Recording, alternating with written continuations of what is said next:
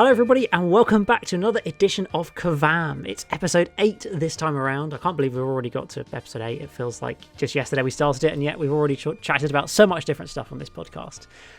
For those of you new here, of course, we're a podcast that talks all about Doctor Who, Blu-rays, DVDs, the special features. That's the VAM part of it, if anybody didn't know. I know a few people have asked me in the past, why is it called KerVAM? What does VAM actually mean?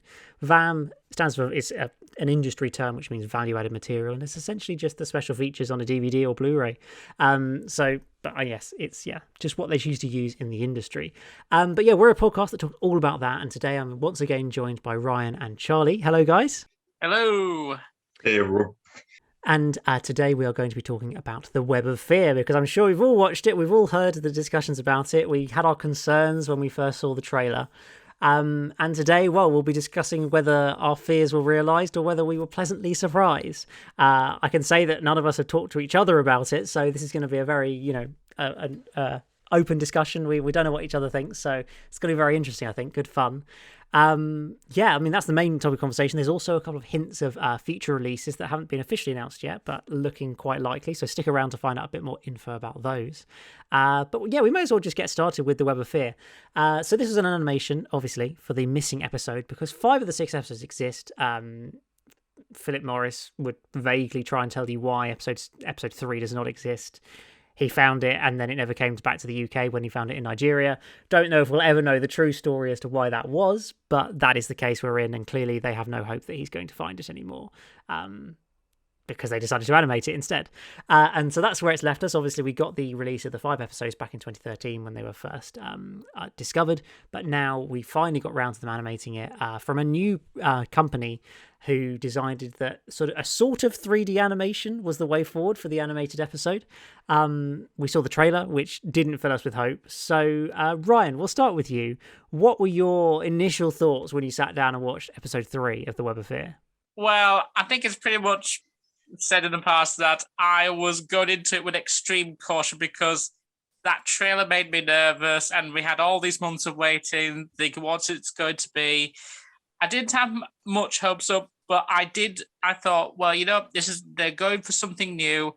I went into it with an open mind. I really did. I really wanted to enjoy it. And when it finished, all I could say was, oh, well, better luck next time. I mean, it's not the worst animation.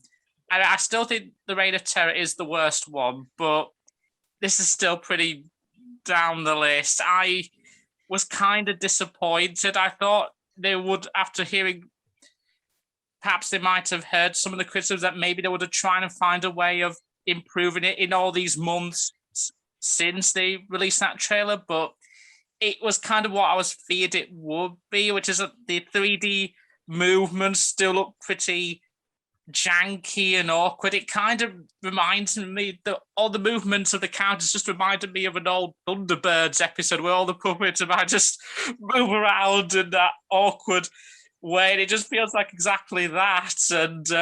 And the lack of facial expressions also really surprised me. I thought they would have had some real character expression, but I just didn't really see that. All the faces looked very static, and the Yeti that was sort of what was kind of shocking, was the fact that the Yetis especially did not look that good. They just looked like something out of a late PlayStation 1, early PlayStation 2 cutscene. And it kind of a bit disheartening. Comparing the two versions, the black and white and the colour version, I will say the black and white version is the better version, because at least the black and white version does sort of help cover up some of the flaws in the animation, whereas watch it in colour, it kind of exposes them more. And so, that was the overriding thought of it, which is that after many months of waiting and trying to be as optimistic as I could be, all I just thought at the end was, oh, well, never mind. Indeed, yeah. I think it's been a fairly common opinion, certainly from all the fans who I've sort of, seen commenting about it, that it just wasn't very good fundamentally. Charlie, do you share a similar opinion of this?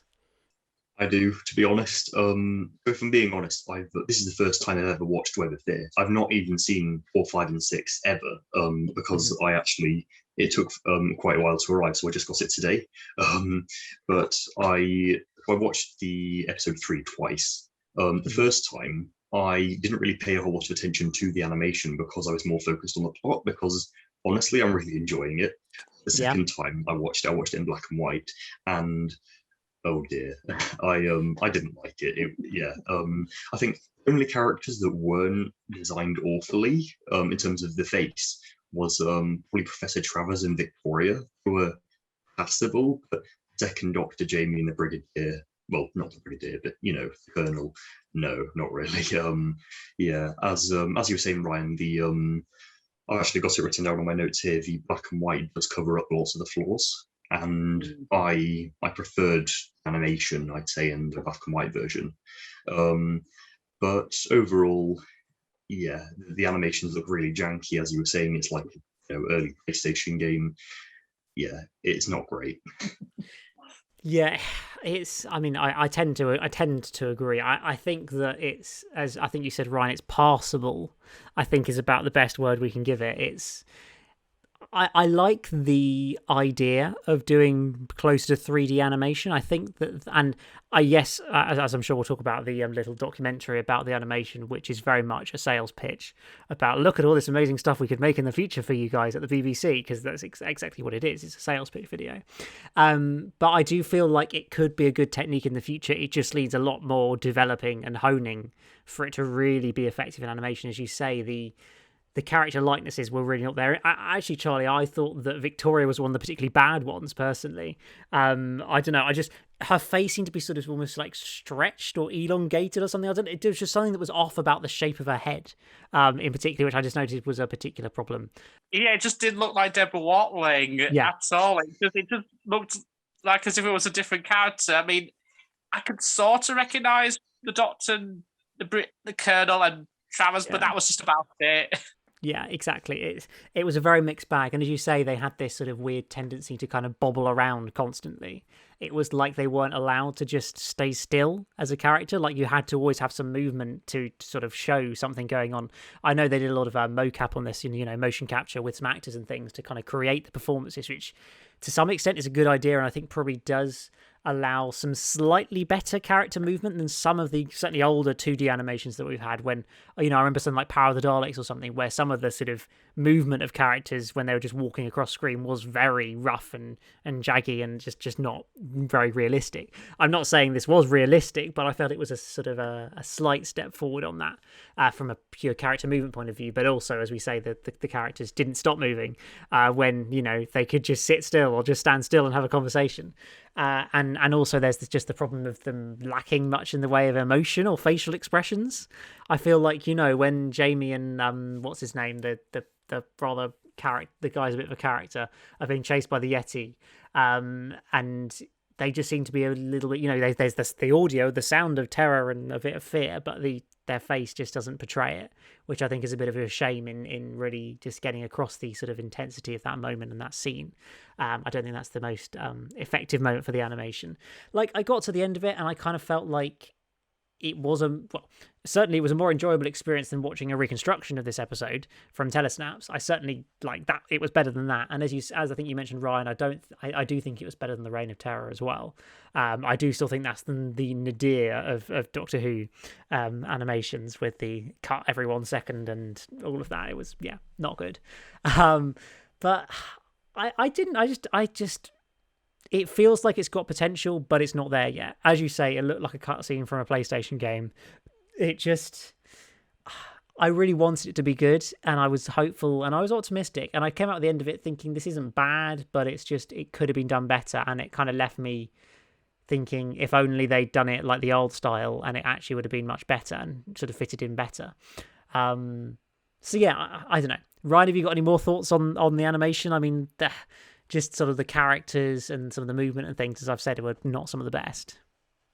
Well, I mean, consider when they released did they release that trailer around October, November last? Well, yeah, they announced it on Doctor Who Day last year. And then I think they released a trailer about a month later of like just Patrick Troughton's Doctor. I think it's the radio trailer or something from around the time, which showed just him on his own moving a little bit and speaking. That was the first trailer. So yeah, so that would have been like 8-9 months ago, and I imagine they would have done development beforehand. I would have thought, given all that time, they would have found a way to kind of maybe listen to some of the criticism on that trailer, just maybe kind of smooth things out, iron it out, and just it's still kind of a bit sad that this is the best that they could do, or maybe they were just sort of compressed for time. I don't know what happened, but it just felt like it was an experiment. It was a bold experiment, and it was an experiment that I wasn't opposed to, but it ended up being kind of a bit of a failed one, considering how kind of rough it is, the end result is. So, and hearing, I mean, we'll delve into this a bit more when we do talk about that little animation sales pitch, basically. Yes. But the fact that they said that this is going to be the future of animations going forward does have me leaving a little bit, has me worried and a little bit bummed out. Yeah, I mean, Charlie, if this does become the kind of standard for animation going forward, would you be a little bit concerned about the animated range for Doctor Who? For the moment, yes. I think the main problem with this is that they didn't have, it feels very rushed. I feel I would have very happily waited until, spring next year to have a much more refined and detailed version of this, because I think it would have been fantastic. 3D has potential to be really excellent or utterly abysmal. It can go either way.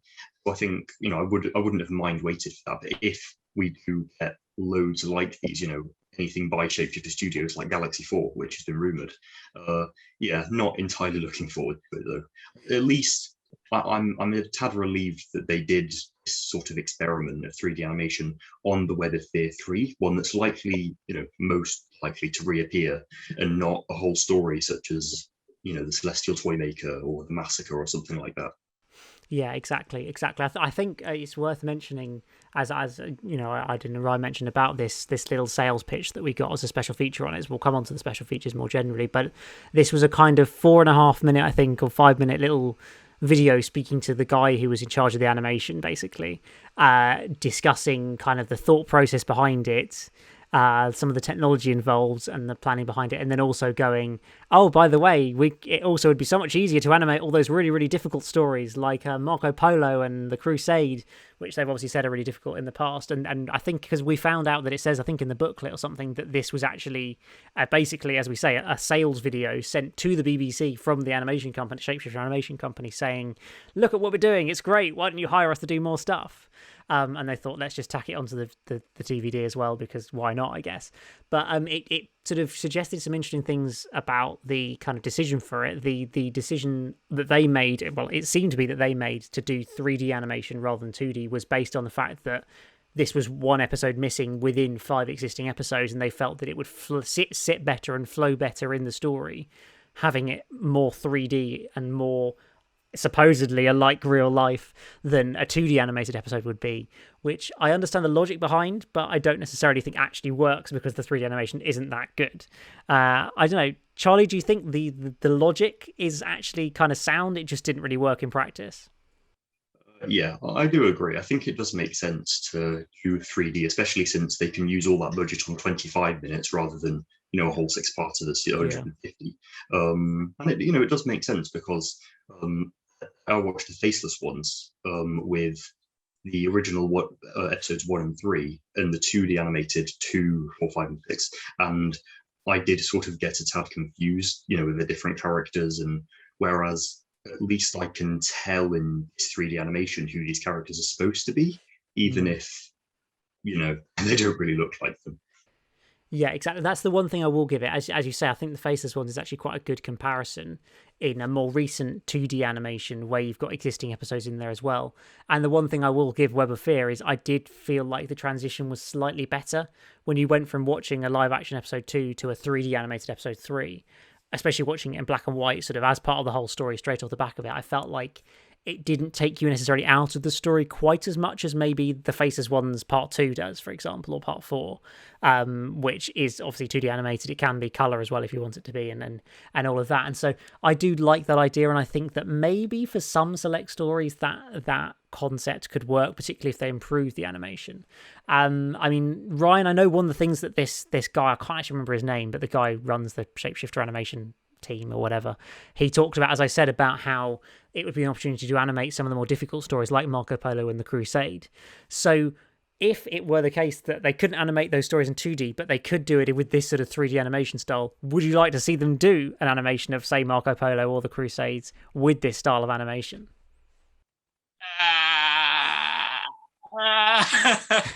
Well, the thing is, would I love an animated Marco Polo or Dalek's Master Plan?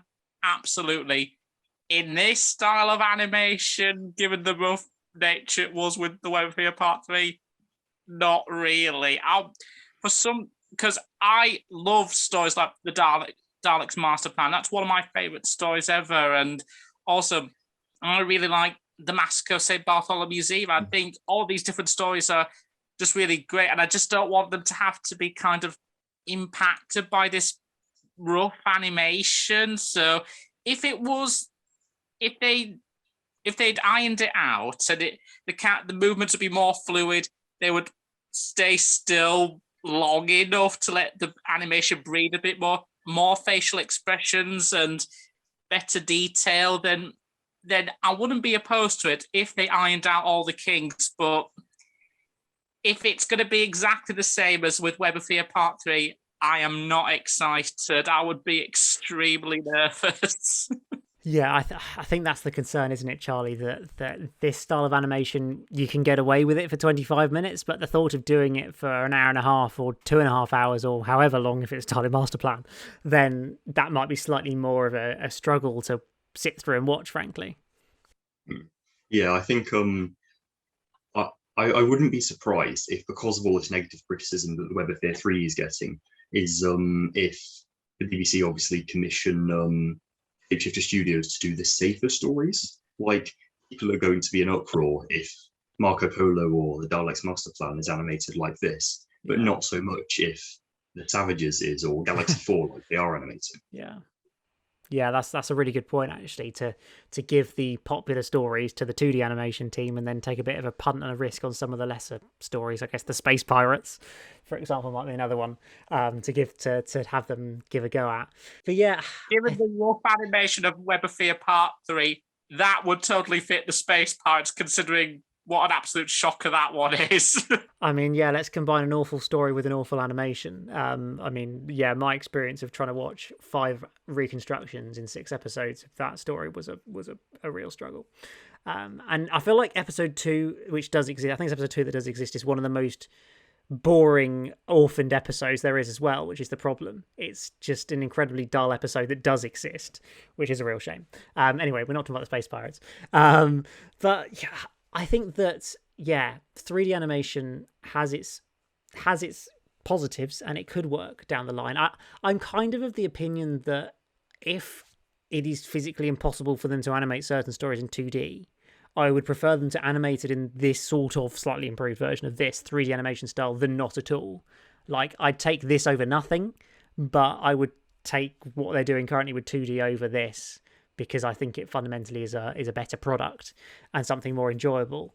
And I mean, thankfully, we're getting ones, as we say, Evil of the Daleks is obviously coming up. We think Galaxy 4 as well is coming up. And as far as we know, Galaxy 4 is going to be done in a similar style to Evil of the Daleks and the standard 2D animations. But it's also interesting because this company, Shapeshifter, I believe they worked on I think it was Fury from the Deep. They were involved in some process of that last year. And obviously that was a 2D animation. And so they definitely have like the skills and technology to do 2D animation. And I'm pretty sure they're also involved with Galaxy 4 as well, down the line, which we also expect, but don't know if it's going to be 2D animation or not. So I feel like they can do it. They just decided, let's try out these new fancy techniques that we've been testing out for a while to see if it works. So maybe they will see the negative criticism. The BBC will just go, actually, can you just animate these in 2D because it goes so much better, and just do it and use the company still, but just go down that route, because I feel like it's just a safer route for the fans. Like, they've got a product that in general is very popular, that fans like, that, of the more recent 2D animations, I don't think there's any that were bad. Sure, they haven't all been as brilliant as each other. Like, I don't think maybe Faces ones was quite as good as the Macroterra, maybe. But, it's small margins compared to the Web of Fear versus all of the other recent 2D animations. So, I wonder if this will kind of be one of those one-off experiments that doesn't really get tackled again. But I guess in reality, if we're a bit cynical, it's all about the money. And if the money's there and this company, for example, wants to do this on the cheap, for the BBC, then they might take it because it's a good way to get animated Doctor Who episodes done, potentially in a quicker time. Though I don't see how that adds up, given that this got announced 9 months ago and they're only animating 1 episode. So you wonder how long it would take them if they're animating 5 or 6. But yeah, that's just another thought on it. So I don't know. To kind of conclude on the actual animation itself, do we kind of all agree really that it's not very good? We hope that if they do it again, it's going to be better. But I feel like hidden in the middle of a classic story, an actually really good story, I feel like you can kind of get away with it and just go, oh, this is the kind of bad bit for 25 minutes, but then it's over. I mean, as I said, because of how great the Web of Fear is, it's kind of excusable, but at the same time, given the fact that this was sort of an experimental trial run for them, I just keep thinking about what Jeff Goldblum says in Jurassic Park, which is, you spend so much time thinking if you could, you never stop to think if you should. That's how I felt after watching it. Yeah, that's a really good shout. Yeah, exactly. Was it really the right decision? I don't know. Charlie, do you think it was the right decision? I do respect them because it was a bold experiment that that they actually did try, and if I'm being honest, it failed. It really did. But I am glad they tried it. If it worked, it could work for loads of other stories, and if it did work, it might even have been better than 2D. But sadly, it didn't, and yeah, it is quite a bad animation at the end of the day. Indeed, and I think I agree fundamentally with what you're saying. I think what I hope is that either this company goes down to 2D animation and does more Doctor, because we want Doctor Who to get animated as quickly as possible because we're fans. We just want it now. That's just the way we are. But if they insist on 3D, give them, as we say, a really unpopular story, give them lots of time and get them to experiment and work on it and get a product that is a bit better. And give some progression through some stories like the Space Pirates, all the Savages, or I don't know, what are some other bad First Doctor stories or Second Doctor stories? I don't know. Smugglers, the Highlanders. Smugglers, yeah, that's not great, is it? I can't think. I actually don't mind the smoke. I do like smoke historical stories. Well, but then again, that's all just me. If they perhaps concentrated on something like it's really the Space Pirates. Just give them the Space Pirates. Yeah, I think let's give them that. It's a safe one because nobody's going to buy it anyway. Well, only the hardcore fans will buy it. No matter how it's animated, you'll get the same audience. So it's you're not going to sell that to the general public in HMV. They're not going to go in and buy the Space Pirates, but the diehard fans will buy it whether it's 2D or 3D animation. So surely that's the sort of story that's worth taking a punt on, knowing you might not lose some money, but not make as much money on. I don't know. That's just a thought for the future, so we say. But yeah, so that basically covers the animation. Obviously, there was a colour version, a black and white version. I think we agree the black and white version was the better version, mainly because it hides the faults of the animation, which probably isn't a good thing. But I think that fundamentally covers it. So the special features, because of course we're here to talk about those as well. After having had nothing on the first release back in I think it was early 2014, I think they released the DVD. This time around we got a commentary, we got a reconstruction of episode 3 as well. We got a proper 40-minute making of documentary. We had this little animation video. We had the old Missing Years documentary from the late 90s with Ian Levine and the likes talking about recovering missing episodes and all of that, which is still quite an interesting look into it all. And also a really cool little archive feature about Jack Woolgar, the guy who plays one of the soldiers and also plays the voice of the Great Intelligence, and his sort of recordings of himself doing different voices, possible voices for the Great Intelligence, which I thought was an absolutely fascinating insight into, the thought process behind voice acting and the sort of way he was going about it. I don't know, Charlie, have you had a chance to sort of delve into this bit yet and had a listen to it? Sadly, I haven't. As I said, it only arrived Yes. earlier today Yes. because it took quite a while for it to arrive. Yeah. I do plan to watch the rest of them at some point, Yeah. as well as the commentaries when I finish the actual story. Course. But yeah, I'm sure it's quite interesting. I don't actually think I've heard him as a great intelligence yet. No, I don't think it's until late in the story, is it, that we actually really hear his voice, but certainly right towards the end we get a lot more great intelligence voices. Ryan, did you get a chance to have a listen to this at all? Yeah, I did listen to a bit of it, and I think it was also shown on the making of feature as well. Yeah, there was a bit of it on there, yeah. And it was definitely fascinating to hear sort of him experimenting with different voices. And as someone who has watched plenty of animations, played many video games, it's that sort of process of experimenting, trying out different voices and vocal performances always sort of fascinates me. So I thought it was very fascinating to hear this guy trying out what the great intelligence would sound like. I actually found that really interesting, really. Yeah, exactly. I think it's just, these little archive treats that just turn up on these releases is always great to get a little insight back to something recorded at the time of, some behind the scenes processes. I always think that's really, really interesting. But of course, the main kind of feature really was the making of documentary called Going Underground. A really great. I thought this was actually a really, really good making of documentary because they set it underground. They went to an old disused tube station. I can't remember exactly which one it was. It was Old Wing. Which I think one? it was Old Wing Tube Station. I believe that was open at the time. It was. I remember they said it was very busy, but in the year since it got closed down and it's been disused for many years now. Yeah, exactly. But it was just, I thought it was just great to be able to get on location with that. It's just something that, say 10, 12 years ago when they were making of documentaries for the DVD range, so many times it would just be a set of interviews in a studio and that was just stuck together with some footage of the episode and that was it. But now, they go the extra mile. They think, how can we make this more interesting, a bit more creative, and get Fraser Hines to walk down a disused, tube station and give us a few little facts and a little bit of a feeling of the story and of the setting and things like that. I thought that was a great way to kind of ground and start off the story, or start off the documentary rather. And it just really kind of just gave it a bit more of a more high budget feel almost, I think, if nothing else. Like, it really felt like a lot of effort and work had been put into this documentary. So Charlie, I think you did get a chance to see this documentary, didn't you? What was your kind of takeaway from watching this? I did really enjoy it. I thought it does feel a bit more innovative and interesting than just a standard talking head documentary. Like in the season 8 box set, we got the correct route and we got some other stuff like that. Yeah. So it was it's better than just a talking head documentary interviewing some of the cast, like in Delta and the Bannermen one in season 24. It's a really nice documentary. It went very fast, I think. Yeah. Perhaps because it was quite good, but it was quite enjoyable. I did like the discussion as to how they thought they'd bring back the Yeti, which because they'd never really brought back any villains besides obviously Daleks and Cybermen. So it's quite interesting to hear about that as well. Yeah, exactly. It's one of those stories where I didn't really know anything about the making of process because we obviously hadn't had a documentary previously and I hadn't had that much chance to read into it. Like, the only thing I kind of knew about was that the London Underground TFL had complained to the BBC because they thought they'd actually been filming in the tunnels because the sets were so good that they created. And I think it's true. The sets are amazing for this story. You do genuinely believe you're in a a tube tunnel, which is fantastic.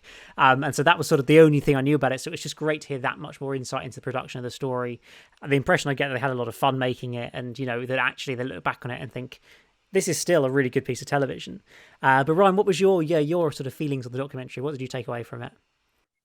I pretty much agree with everything you and Charlie said. I think this is a really fascinating, insightful documentary, which is definitely needed given how very lackluster the original DVD release was. It was definitely it definitely offered more insight to the story, like the fact that they written this story before The Abominable Snowman had even aired. Just goes to show how far ahead they were planning, and the fact that they had that much faith in both the Great Intelligence and the Yeti, that just goes to show you that they really had something going on there. And Yeah, and just hearing all the different stories, like the fact that the director Douglas Camfield was once involved in the army, so the fact that which made him the ideal director, having to direct a story that heavily involves the military in it, and also the very first ever story of Lethbridge Stewart also. So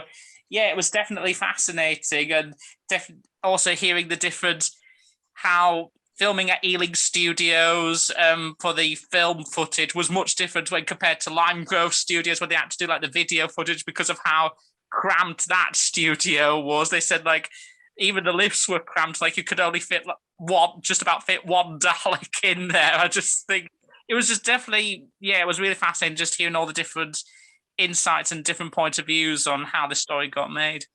Yeah, exactly. I think that in terms of the sort of construction of the documentary, they struck a great balance between the people who they obviously had recorded in studio, but also the people they got out on location to speak to. Like having Fraser just sitting on the tube platform there, you could really tell that he was, emitting amongst it. You could hear the sort of more of the echo on the microphone, and just simple little technical things like that I think just really added to the variety that was sort of included in the documentary. And as you say, Ryan, covering so many different and interesting talking points about this story that I think a lot of people probably didn't know that much about just because there hadn't been that much information about it previously. I think, yeah, that was a really, really effective way of doing it. And as you said, Charlie, it really did feel like it flew by. I looking at it, I thought 40 minutes, is it going to drag? Is it going to be all right? Because you're never quite sure with some of these. Sometimes it can drag for 40 minutes or it can be an hour that flies by. But I really felt like, whoa, we're going through this at a great pace. I thought it was good that they also covered off a little bit about the making of The Abominable Snowman as well, because as you say, Ryan, the sort of two stories were very much kind of created sort of at a very similar time to each other. And so I think it was nice to get a little bit of a sense and to talk about the creation of that. We can certainly hope that there'll be a more extensive making of documentary on a future Abominable Snowman animation that may well be coming at some point in the future. Given that there's been a TARDIS out on those hills where we saw pictures of the Yeti in that documentary. There's been a TARDIS out there recently and a film crew. So somehow I think they might be doing something with it. But so when I was watching that, I was just thinking, oh yeah, maybe we'll get some more detail on these anecdotes. Or maybe, oh yeah, you're actually being asked questions about the Abominable Snowman as well today, guys being interviewed, because you're going to be doing a documentary about it in the future. I don't know. Maybe I'm a cynic, but I just thought that might be part of it as well.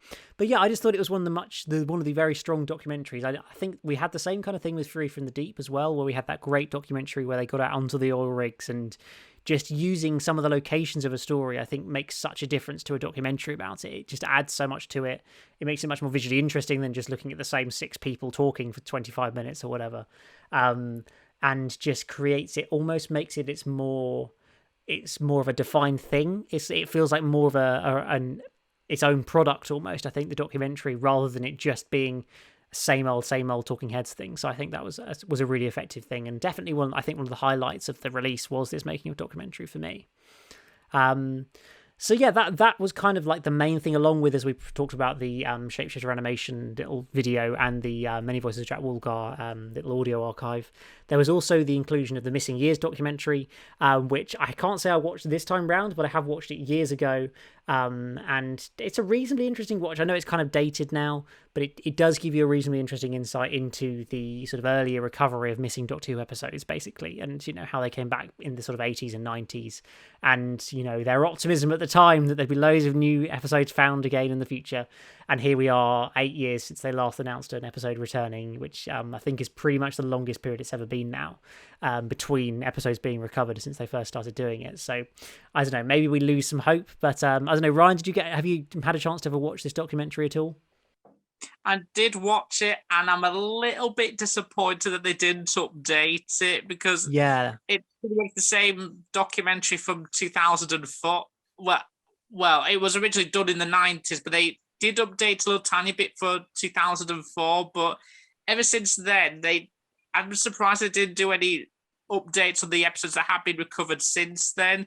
I was hoping that, given that it was going to be released with the Web of Fear, that it was going to get updated, but yeah, it was. It's still a decent documentary, and yeah, I will agree, it is definitely dated, and I think what definitely makes it dated is the fact that it's just not updated. So I feel like if it was updated, it wouldn't feel as dated as it is now, but I guess it is what it is. yeah, it's one of those where it's a documentary that was made a very long time ago. As you say, it was originally made in the late 19... I think it was made in about 1997, something along those lines.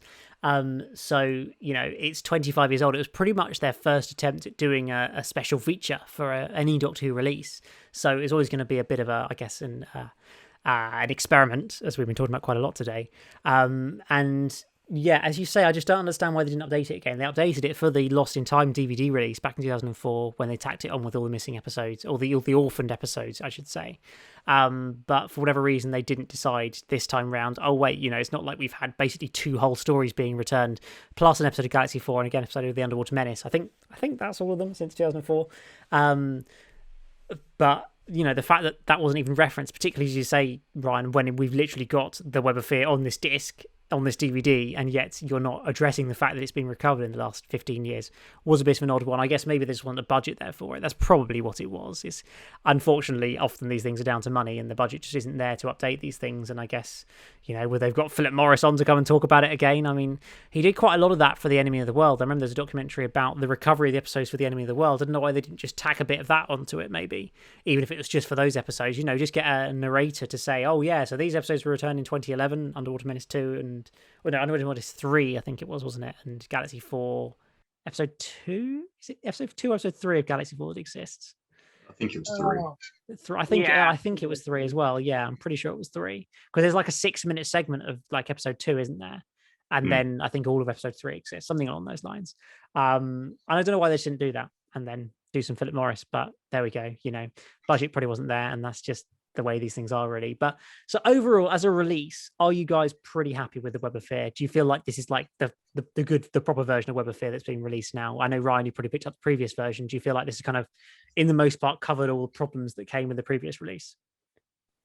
It is definitely improvement on the previous release, but I wouldn't call it a great release because of the fact that the missing years isn't updated, and that little feature on the animation isn't really much in depth. It's just basically a sales pitch. And also given the fact that, the animation itself, well, I think we pretty much said all there is to say about the animation. Indeed. It is definitely worth it to see the episodes the original episodes more restored to better quality, to have the audio commentaries and to have that behind the scenes documentary. It is definitely worth it just for those, but for everything else, not so much, unfortunately. Indeed. And Charlie, you're enjoying it first time through? Yeah. As said, obviously the animation is we've sort of covered that, but judging from what I've read about the original release, I can probably say that it's the better one. It seems I'm not a fan of them releasing telesnap reconstructed episodes onto DVDs like in the Underwater Menace. So I feel, especially with the Underwater Menace, which had half of its story still not there, it just feels a bit strange to release that. And same in the original version. Just find Web of Fear 3 or just leave it until it's animated. So that pretty much covers us off for the Web of Fear, of course, and the latest animated release. But we've actually got a few, some confirmed, some unconfirmed releases in the schedule now. After I thought it was going to look fairly barren for the rest of the year, it actually looks like we're going to be getting a release a month for the rest of the year when it comes to the classic Doctor Who range. Because at the moment, the official releases, we've got Evil of the Daleks, which is coming out on the 27th of September, so I think 3 weeks from hopefully when you're listening to this podcast. Then actually only a week later, we had announced this week the re-release in the standard packaging of the Season 23 Blu-ray, the collection release from, I think that one was 2019, September 2019, somewhere around there. About 2 years on from that point, they're releasing it in October. And then we come on to the releases that are not confirmed, but this week have had the strongest indication possible that they are happening, because a Swiss website that lists DVDs and Blu-rays, which, as far as I can tell from people on forums and stuff, is a reasonably trustworthy website, that if it's been listed on there, then it's probably happened. They wouldn't just make it up. It gave us both an animated release and a Doctor Who Collection Blu-ray release that are coming up later this year. So what we currently believe, according to this website, is that on the 8th of November, Galaxy 4 is going to be released, the animation. The first, worth noting, it's the first Hartnell animation since 2013 and the 10th Planet. which is pretty crazy that it's been literally 8 years since we had an animated Hartnell, given, the amount of animated stories we've had. The fact we're finally getting to Hartnell, I think, is a great thing, and, hopefully will lead to more of those in the future. But that's the first release, so our November release for the year, and then in December, on the 13th of December, supposedly, is going to be season 17. Now, it's quite funny that it's season 17, because I'm pretty sure in our last podcast we spent about 10 minutes talking about season 17 and how we thought it wasn't, because we were obviously talking about Sharda, weren't we? And Sharda is a part of season 17. So I think our Sharda podcast might have come at a perfect time, just before the season 17 release happens. So yeah, this is the confirmed one. We might as well start by talking about season 17. So I think Ryan, you spotted it first, but we all had a little look and noticed that, oh wait, this might actually be happening at the end of the year. We obviously have known for a while we're due a third collection release this year, because they've assured us that there will be generally 3 in a year. We've only had season 8 and season 24 so far, so it makes perfect sense to get season 17, or to get a season. But the fact it's season 17, maybe a little bit of a surprise, Charlie, given the it's not the most popular season, shall we say? I mean, seeing the normal season 24, but still maybe it's a little bit of a surprise. Yeah, I thought, it's good to get the less liked seasons out of the way, even if I am quite fond of season 17, as we discussed last time. Indeed. I did expect season 15 or 16, because they seem to be doing a Tom Baker season a year, with 12 in 2018, and then obviously 18, 14. And I thought 15 or 16 would be likely, but 17, it's not unwelcome. Again, like, I'd assume that they're going to finish, main range of releases with some of the most loved seasons ever, like 7, 13, perhaps 1, 5, I don't know. But something like that, yeah. Yeah, season 17, it just makes sense to get another Tom Baker season out of the way, considering he does have like 4 seasons to go. Yeah, exactly. I think, from that point of view, it's less of a surprise, and I think they've reached the kind of point where they've really got to spread out, in particular the 80s releases, because obviously we've only got seasons 20, 21, 22, and 25 left, haven't we? So we only got 4 80s seasons, but we've also got 4 Tom Baker seasons left. So it's kind of fun that while they seemingly don't want to go down the route of 60s box sets yet, it's kind of a difficult balance, sort of, to really do it. They've only got 3 Pertwee seasons left as well now. And so really spreading it out enough so we don't end up with like 2 Toms in 3 releases. I know we got that to start off with, but I think more generally they probably don't want to be doing that. So I guess from that point of view, it makes sense. But also, I would have also, as you say, Charlie, picked season 15 or 16 first over 17. But Ryan, season 17, I was looking this up, and there seemed to be a good opportunity to expand on special features, particularly with it's a season that I think, had a few production problems, a few budgetary issues, and didn't exactly look the best at times. I feel like there's a good amount of discussion that could be had about some of these stories, particularly as I looked this up, and there wasn't actually any making of documentaries for Destiny of the Daleks, Creature from the Pit, or The Horns of Nimon on the original DVD range. There's no making-ofs for any of those stories, so I feel like that's an instant opportunity to really expand the season with new documentaries for each of those stories, where I feel like, The Horns of Nimon, I'd love to hear a bit more about the making of The Horns of Nimon. That would be a fun one. So yeah, I know. What do you think, Ryan, about season 17?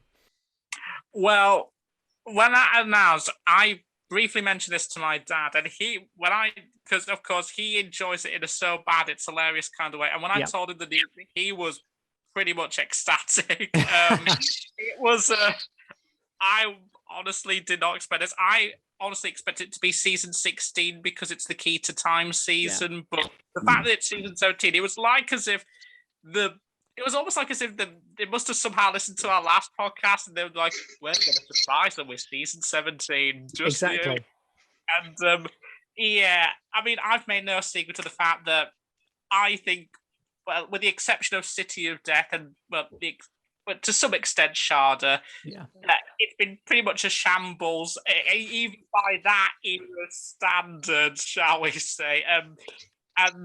But it'll be interesting getting new documentaries and new perspectives on it. And also, it'll be interesting. I think one thing that's going to be guaranteed, whoever they got for Behind the Sofa, and usually Behind the Sofas can be touch and go, but I guarantee I think it's going to be the best one, because I think they're going to have an absolute blast with some of these stories, especially Creature from the Pit. That one has got me.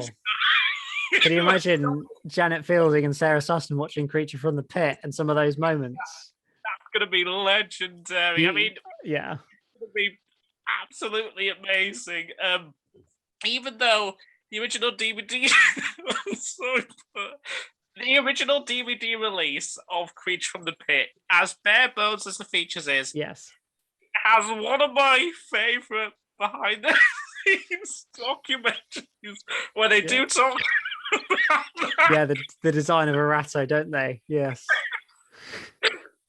And I think this is the problem. As soon as I start talking about that monster or any aspect about it, immediately I just start laughing. And I think it's going to be amazing if they're going to have that same reaction, because anytime that monster comes on screen, I just completely lose it. I'm not going to lie, it is rough. It is really rough. And Tom Baker blowing into the tentacle is just... It's such a shame that 1970s Doctor Who, the golden era of Doctor Who, had to end in this way, I think. And even, the final episode of 1970s Doctor Who features, Graham Crowden saying, "My dreams of conquest," and things like that. It's just quite incredible. Lord, Lord. Indeed. Season 17 it's going to be an interesting one, assuming they release it, of course, in December, which seems extremely likely. I'll take any season at this stage. I'm never going to complain about a season, because they're going to do a great job with it. There's going to be loads of new documentaries, as we say. There's a great opportunity for at least 3 making documentaries straight off the bat. I'm sure we wouldn't mind more discussion about those stories and some of the look behind it. I'm sure they'll do some. I think what would be quite good is something on Douglas Adams, given that there's City of Death and there's Sharda, and he was basically script editor at this time. I don't feel like there was really ever any particularly long feature about Douglas Adams and his career and, him as a person. And so I feel like this season would be as good a one as any to do a Douglas Adams discussion, sort of the documentary kind of thing about his life.